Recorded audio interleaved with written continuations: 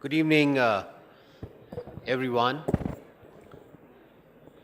It's a pleasure to be with you all today.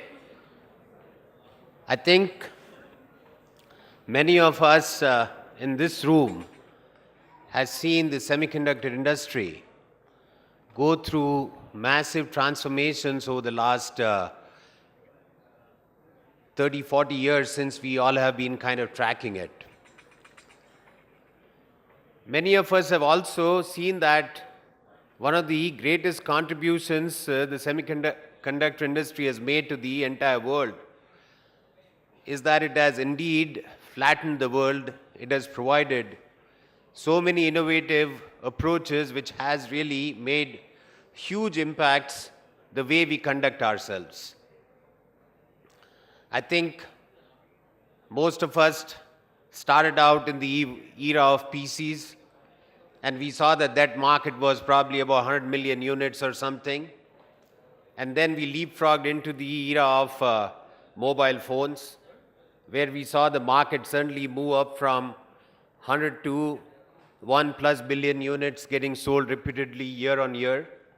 And by the way, no such product exists which sells in that kind of volume. And today I think we are at the cusp of seeing a huge transformation change again coming about because of what we all loosely call as the Internet of Things, where we expect significantly more number of units getting connected, and that indeed creating an interesting opportunity. And in the context of the war cry that has been put out of Make in India, I think it provides us with very interesting approaches which indeed are path-breaking, as well as something completely innovative that we think we can do out of India. Some of the things, at least I have been a student of and kind of personally experienced over the last 25 years, is the fact that semiconductor is one great leveler. I think somebody from Harvard Business School, Clayton Christensen, has made an interesting remark that nowhere in the world you've seen an industry where so much of brain power has gone in, but not many people have made monies out of it.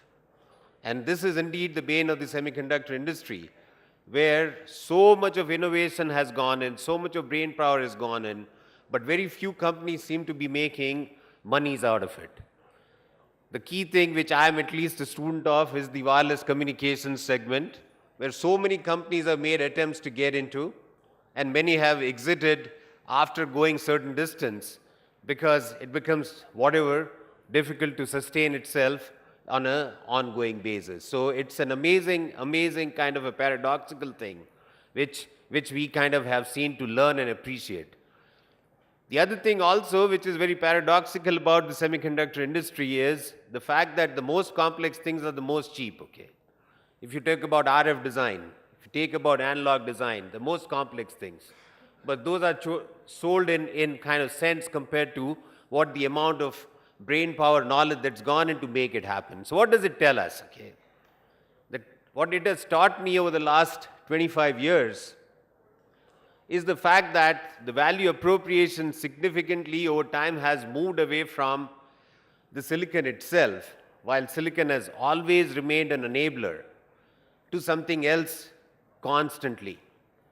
And only those companies that have been in the semiconductor industry, which have really garnered a 70-80% market share, which by the way is an extremely difficult thing in the world of semiconductors because it's totally dominated by innovation, and your ability to continuously innovate at some point gets challenged anyway.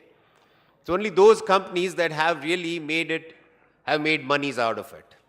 And then, of course, a lot of investments go into fabs, and those also take away a lot of resources. So you're continuously on a treadmill for you to be able to really garner really monies, make significant monies out of it. So historically, if you look at the entire scene, you realize that a lot of value has been appropriated elsewhere as the semiconductor industry has kind of matured.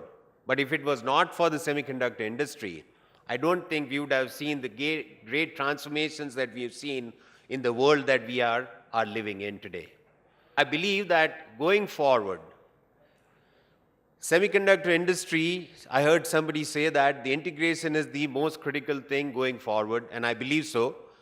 It's not anymore a single verticalized approach, it's a combination of being able to integrate various things into a single solution which will possibly help solve some problem.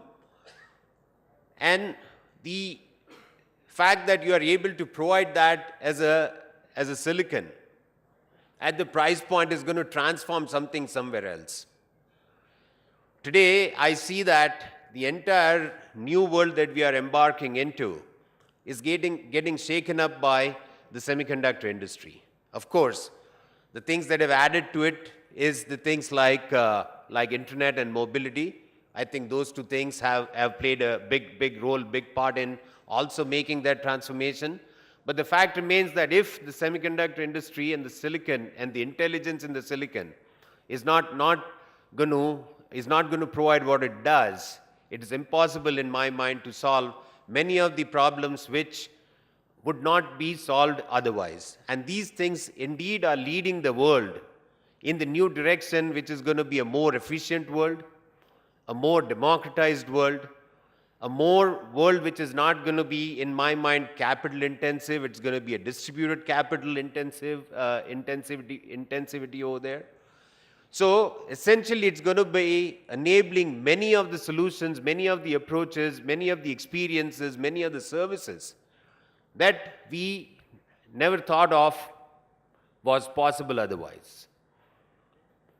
Let me take a few examples to highlight the point, and I'll also leave a few examples which is going to impact the newer verticals that we today are used to in a particular way, but are going to transform change because of the advances in the semiconductor world.